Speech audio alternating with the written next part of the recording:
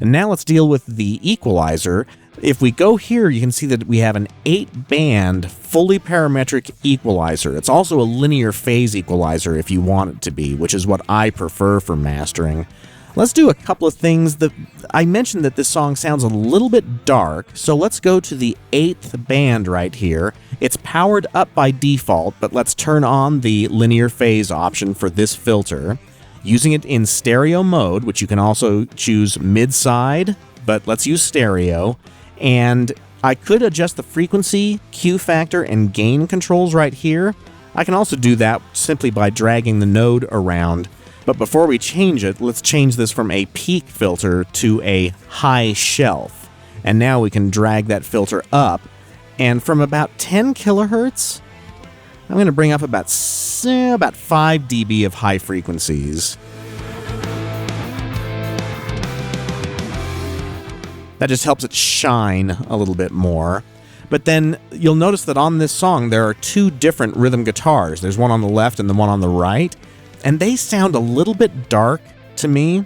So what I'm going to do is use the 6th and 7th bands. Right now we're going to set them to peak mode, and I'm going to set these frequency centers at about 2.2 kilohertz, and the other one at about 6.6 kilohertz. And let's just bring them up a little tiny bit right now.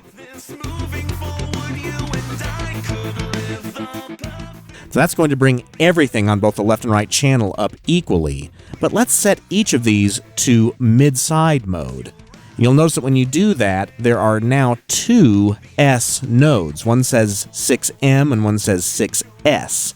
And so the M is the mids and the S is the sides.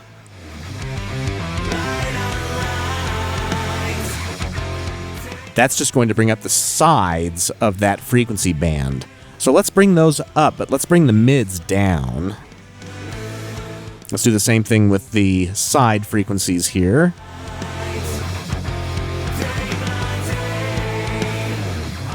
There's also a little bit of throatiness in this song, so right around 250, I'm going to bring a little bit of that down. If I wanted to adjust the Q factor of that node, I would just wheel my mouse wheel up and down. You can see that it changes the Q factor of that filter when I roll my mouse wheel. Let's set it right about there. I don't want to take a huge chunk out. I just want to remove a little bit of that throatiness. Now let's use the smart bypass to listen to the before and after. I'm going to wait until we get some audio playing right about here. Then I'm going to update the gains. Now let's listen to the before and after of the original audio versus the processed audio.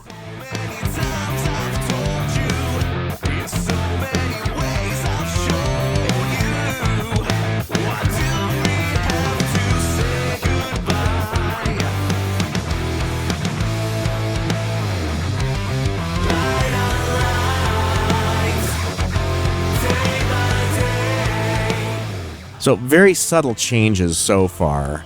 So those processes, the compressor and the equalizer, have, to me, fixed the high frequencies that I felt were lacking a little bit, and it added a little squeeze to the low end. And bear in mind that I'm doing this in headphones to do this course. I would never master in headphones. So what you're hearing on your studio monitors, you may be thinking, oh, Matt, you're insane for wanting to change the sound to that degree. But it's because I'm using headphones.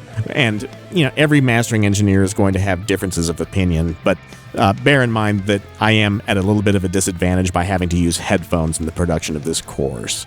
So that's the compressor and equalizer of the master rig. And next, let's talk about the limiter.